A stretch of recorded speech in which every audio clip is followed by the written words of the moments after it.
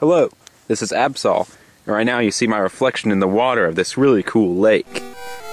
And basically, since I have 4 badges now, and I've made some pretty decent progress in this, and I haven't played in a while, I'm going to give you a retrospective episode, a recap, of all that we've done so far in the White 2 challenge mode. Run through with the random team.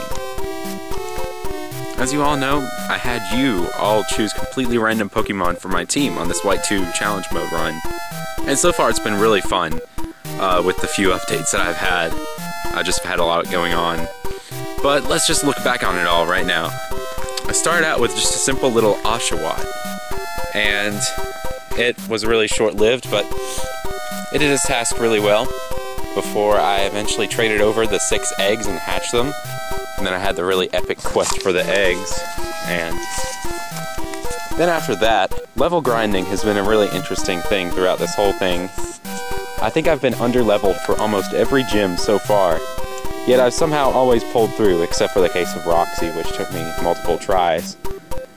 But I think it's going pretty well so far, and I think I'm going to stay under-leveled, because an under-leveled team is a fun team. Let's discuss each individual Pokemon right now. Hasn't been too useful yet because it hasn't learned any of the extremely important moves that it needs to know, like Surf. But it has still learned Bubble Beam, which is a good move to learn, and it's pretty bulky too. And bulkiness is what I need in order to survive against some of these really high-level Pokemon. Rhyhorn also has nice defenses, and it fends really well against all the Pokemon I've had to face so far. But I don't feel like it's going to be super useful until it evolves. Carvanha is really frail, but the Eviolite's going to help. Defense is going to increase a whole lot, and its attack is going to be really awesome. Vulpix has been a great special attacker, knowing Flamethrower since the beginning. Sigilyph has been like the unsung hero of this entire run, being pretty much the strongest Pokemon on my team. But I think soon its power is going to cap since it's a single stage Pokemon. So soon it will be possibly outclassed by some of the others. And Ivysaur's Petal Dance has been like extremely powerful the entire time. And in fact, I think it's going to be one of the strongest on my team, thanks to that one move. But I don't know when it will be a useful opportunity for me to use Petal Dance at all.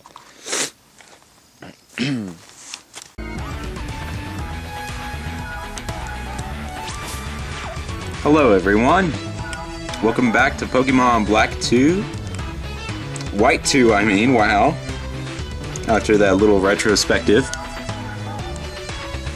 Wait! Please walk with us! And now we get cheered on because we are a superstar.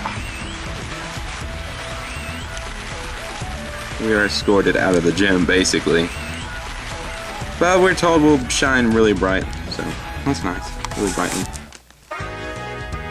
And now let's head over to the next route in the next gym. Really stretching out my speech because a lot of running is to be done and there's not much to say. I'm gonna heal. Alright, we healed. So now it's Team Plasma. Hold it! What are you guys up to here anyway? I'm super serious still! Nothing, we're just standing here. So what do we do to you that you're bothering us with questions? You didn't do anything! Not to me at least, but I can never forgive Pokemon thieves like you. Just to let you know, you're about to feel my rage! Best line. Yeesh, trainers sure are unruly these days. Is that it? You're mistaking your Pokemon strength for your own? I couldn't care less about a runt like you, but I don't like being messed with. Absol, cover me! So, we're gonna make sure these Team Plasma grunts feel our rage. So now let's fight. Stole this Pokemon 2 years ago and I've been training it ever since. It's tough! Let's see what 2 years of training let this grunt do. I bet it's extremely impressive, like at least level 20 something. Level 29 for 2 years. Pretty intense. And it's literally a piece of trash. Still gonna probably take out Carvana with the state that it's in right now. Oh, it survived a hit.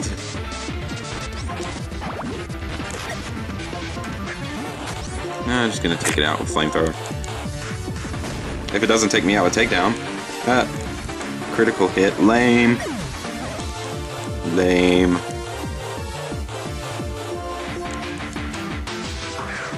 Gonna take it out with Fiona now. Double beam. Plop, plop, plop, pop, pop. Yeah.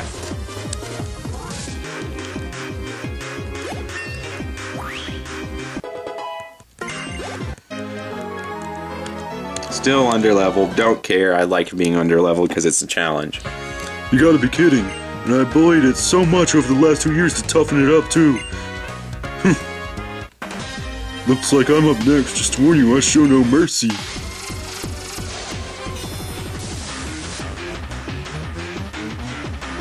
Oh, so girl. I guess she inhaled like helium hexafluoride, or she's like a base or something.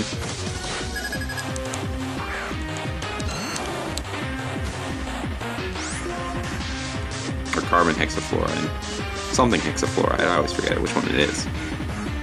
Oh well. And it's a super annoying Watchog, which is like, I bet it knows Super Fang, Hypnosis, and Confuse Ray. Yep. Like, almost every Watchog you run into in this game, owned by a trainer, uses those moves exclusively, and it's stupid. But, we took out the base girl. If we keep going like this, it'll end up like it did 2 years ago. We give up. I can't believe we lost to 2 kids. Just because you're strong, I'll tell you this. We Team Plasma are searching for something. When we find it, that's when our secret weapon will be able to use its true power. Farewell. Because we're strong, they're going to disclose their secrets to us. That makes a lot of sense. Oh, and this is a huge plot point. Okay, they stole Hugh's purloin a few years ago, and he was only a little kid and he couldn't do anything, and that's why he's serious all the time. Good work. I know you had good instincts. Well then. And then he heals us, which is great. And then he tells us to fill up that Pokédex, and he runs away. That's a synopsis of the whole encounter. Hugh fights for his friends and his cat. And his sister. So he feels his rage. Hey! Oh, I have to use this voice again. Nice timing! I was wanting to give you this. And we get Fly, which is great, and it's definitely going to go on Sigilyph. And when we use it outside of battle, we can go to places you want to go, like a Pokemon Center. By the way, Absol, do you know about hidden grottos? Yes. Great, you might find one soon. Hidden grottos are basically little hollows in the trees, and they contain Pokemon or items, and I'll show you what one looks like right now. Over there! I heard something in that direction. I have good ears. Hey, come with me. That's a hidden grotto, that little dark patch between the trees. And there are quite a few of these in game, and I'll walk through all of these in a later post-game episode. The sound is coming from somewhere around here. Right there. Okay.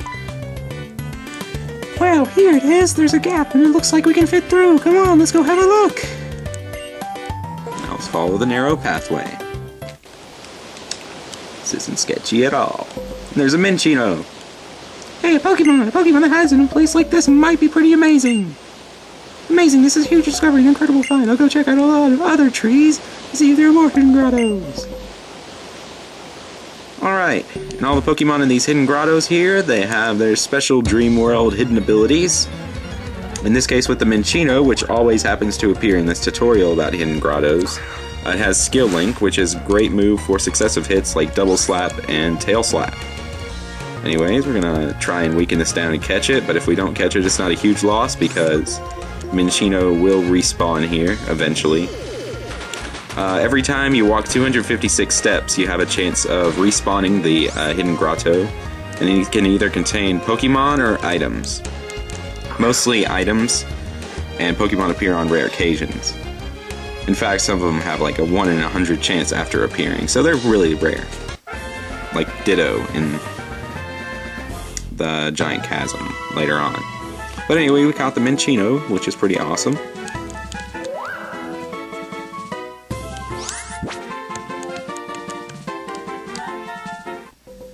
And now we can move on. Alright, I just reordered my party for another upcoming battle, which I think is right up here. Yep. Cool motorcycle dude. I'm a heartbreaker. My name, Charles. I want to get attention of a girl I like, so I mastered a new style of Pokemon battling called Triple Battle. Want to learn about it? Triple Battle is you send out 3 Pokemon at a time in battle. Rules are simple, just make all your opponent's Pokemon faint. That's a rough explanation of Triple Battles. I'm a heartbreaker. My name, Charles. Hey, Phil Trainer, how about a Triple Battle? You got a good attitude, don't you? I'm a heartbreaker. My name, Charles. I'm always at full throttle. Now let's have a triple battle. Triple battle. And I'll give a really brief explanation of triple battles. Basically, you send out 3 Pokemon. That's the first one in your party, second in your party, third in your party. And this, the one in the middle can attack all Pokemon. The one on the left can attack the 2 on the far left, and the one on the right can attack the 2 on the far right. And the same goes with support moves. That one can only support the one next to it. But the Pokemon in the middle is probably the most monumentally important in the triple battle. I think it's going to use Wide Guard first turn. Wide Guard actually comes in good handy in this battle. It's a move that shields your team from moves like Air Cutter and Surf that affect all the opponents. Oh, light screen, that's kind of annoying. But actually Pedal Dance hit the right target, which is pretty awesome. Because Pedal Dance is a move in triple and double battles that hits a completely random target in range, as long as it's on the opponent's side. Now Rock Blast will hopefully hit enough times to take this thing out, because it can be really annoying after a while. Awesome.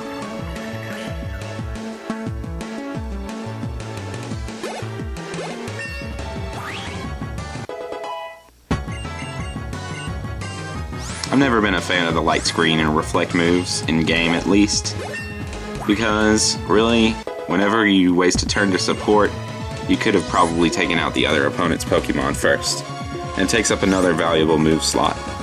But that's just my opinion. Some people use them all the time, and they sometimes come in great handy. Oop, there goes Ivysaur.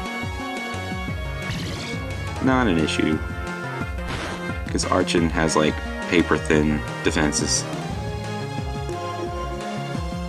Might as well send out Carvana so it can get a nice level up, because it needs it or it's gonna die.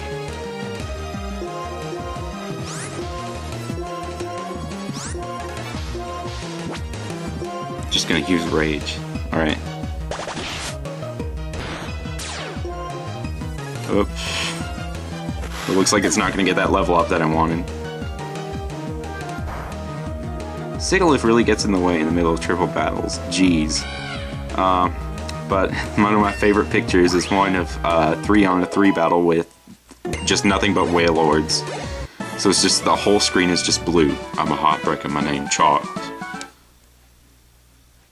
Oh, sheesh, that's embarrassing. Getting schooled when I was planning to teach. Still, you have potential. You have to understand your Pokemon to win in a triple battle. I'm a heartbreaker. My name Charles. Riding a bike and becoming the wind fits a bad boy like me. You were great. Charles, too. He was great to some extent, I guess. Love! I wonder if she can speak full sentences or not. And now we're going to go over a bridge. The special thing about this bridge is that occasionally shadows appear. And these shadows either have stat boosting wings, which increase any stat by 1 effort value point depending on the wing you get.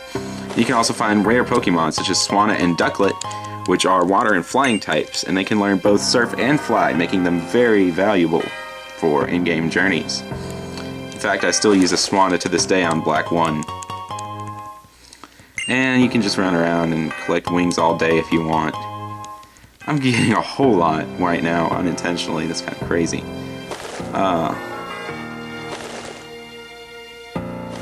So So let's just kind of move on. Across this bridge, the music's really nice.